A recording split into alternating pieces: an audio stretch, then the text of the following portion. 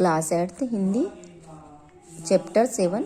आज हम इसमें 8 वाला गद्यांश रीड करते हैं जो कि पेज नंबर 154 पर है।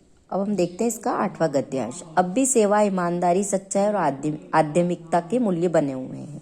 आध्यात्मिकता का अर्थ होता है धार्मिक चिंता। वे दब अवश्य गए हैं लेकिन नष्ट नहीं हुए। आज भी वह मनुष्य से प्रेम करता है, महिलाओं का सम्मान करता है, झूठ और चोरी को गलत समझता है, दूसरों को पीड़ा पहुंचाने को पाप समझता है।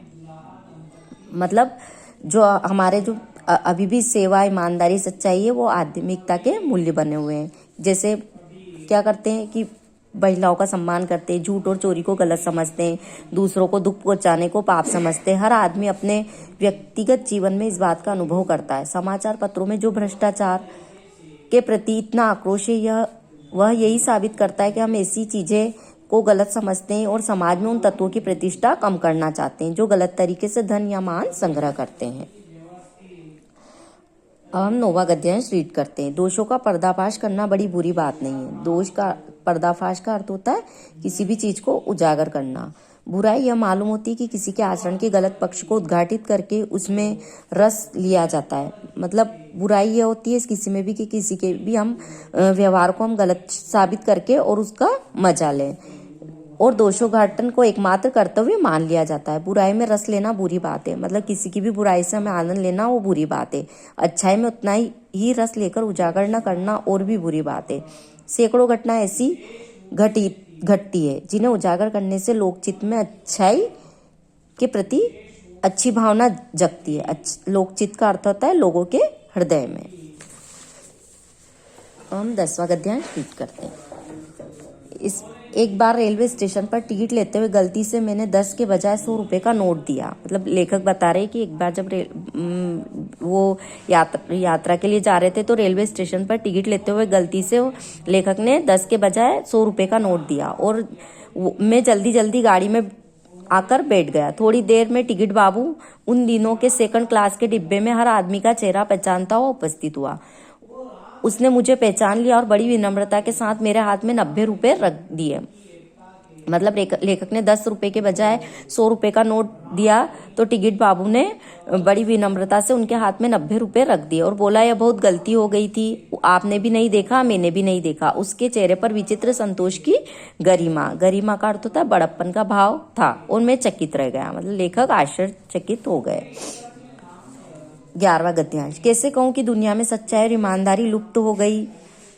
वैसे अनेक अवांछित घटनाएं भी हुई है। अवांछित यानी निंदनीय। परंतु ये एक घटना ठगी और वंचना का अर्थ होता है धोखा की अनेक घटनाओं से अधिक शक्तिशाली है। एक बार मैं बस में यात्रा कर रहा था। मेरे साथ मेरी पत्नी और 3 बच्चे भी थे। बस में कुछ खराबी थी, रुक कर चलती थी।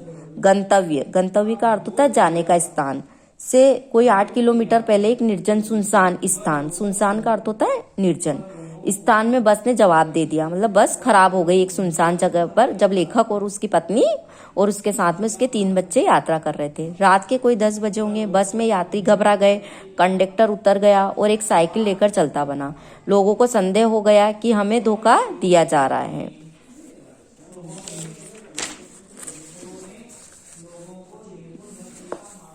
बारहवां गद्यांश। बस में बैठे लोगों ने तरह तरह की बातें शुरू कर दी। किसी ने कहा यहाँ डकैती होती है। 2 दिन पहले इसी तरह एक बस को लूट गया था। मतलब जब बस खराब हो गई तो वहां पे लोगों ने तरह तरह की बातें शुरू कर दी। परिवार सहित मैं अकेला ही था। बच्चे पानी चिल्ला रहे थे। पानी का कहीं ठिकाना नहीं था। ऊपर से आदमियों का डर समा गया था। कुछ नौजवानों ने ड्राइवर को पकड़कर मारने पीटने का हिसाब बनाया। ड्राइवर के चेहरे पर हवाइयां उड़ने लगी। हवाइयां उड़ना का अर्थ होता है बहुत घबरा जाना। लोगों ने उसे पकड़ लिया। वह बड़े कातर ढंग से मेरी ओर देखने लगा और बोला, कातर का अर्थ होता है दीनता युक्त। बोला, हम लोग बस का कोई उपाय कर रहे हैं, बचाइए, ये लोग मारेंगे। डर तो मेरे मन में था पर उसकी कातर मुद्रा देखकर मैंने यात्रियों को समझाया कि मारना ठीक नहीं है। परंतु यात्री इतने घबरा गए कि मेरी बात सुनने को तैयार नहीं हुई। मतलब जब बस में जो बैठे यात्री थे उस ड्राइवर को मार रहे थे तो लेखक ने उन्हें समझाया कि इसे मारना ठीक नहीं है। कहने लगे, इनकी बातों में मत आइए, धोखा दे रहा है। कंडक्टर को पहले ही डाकुओं के यहाँ भेज दिया है। अब हम 13वां गद्यांश रीड करेंगे। मैं भी बहुत भयभीत था, पर ड्राइवर को किसी तरह मारपीट से बचाया। लेखक भी डरा हुए थे, लेकिन उन्होंने ड्राइवर को मारने पीटने से बचाया। 1.5-2 घंटे बीत गए। मेरे बच्चे भोजन और पानी के लिए व्याकुल यानी बेचैन थे।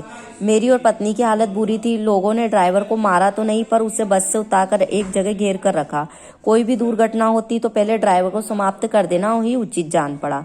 मेरे गिड़गिड़ाने का कोई विशेष असर नहीं पड़ा। इस समय क्या देखता हूँ कि एक खाली बस चली आ रही है और उस पर हमारा बस कंडक्टर भी बैठा हुआ है। उसे आते ही कहा, अड्डे से नई बस लाया हूँ, इस बस पर बैठिए, वह बस चलाने लायक नहीं है। फिर मेरे पास एक लोटे में पानी और थोड़ा दूध लेकर आया और बोला, पंडित जी, बच्चों का रोना मुझसे देखा नहीं गया, वहीं दूध मिल गया, थोड़ा लेते आया।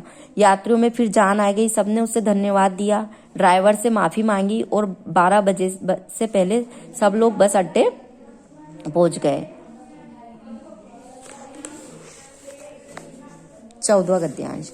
कैसे कहूं कि मनुष्यता एकदम समाप्त हो गई। कैसे कहूं कि लोगों में दया मोह रह ही नहीं गई। जीवन में जाने कितनी ऐसी घटनाएं हुई जिन्हें मैं भूल नहीं सकता। ठगा भी गया हूं, धोखा भी खाया है, परंतु बहुत कम स्थलों पर विश्वासघात नाम की चीज मिलती है। केवल उन्हीं बातों का हिसाब रखो जिनमें धोखा खाया है, तो जीवन कष्टकर हो जाएगा। परंतु ऐसी घटनाएं भी बहुत कम नहीं है जब लोगों ने अकारण का अर्थ होता है बिना कारण सहायता की, निराश मन को ढांढस दिया और हिम्मत बंधाई।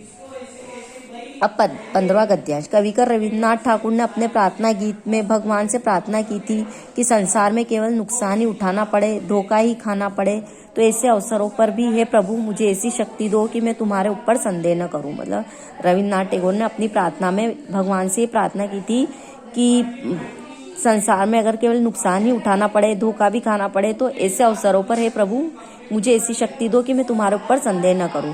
मनुष्य की बनाई विधियां गलत नतीजे तक पहुंच रही है, तो इन्हें बदलना होगा। वस्तुत आए दिन इन्हें बदला ही जा रहा है, लेकिन अब भी आशा की ज्योति बुझी नहीं है। महान भारतवर्ष को पाने की संभावना बनी हुई है और बनी रहेगी। मेरे मन निराश होने की जरूरत नहीं है। हमने ये चैप्टर पूरा रीड कर लिया है, आप भी इसको अच्छे से रीड करें।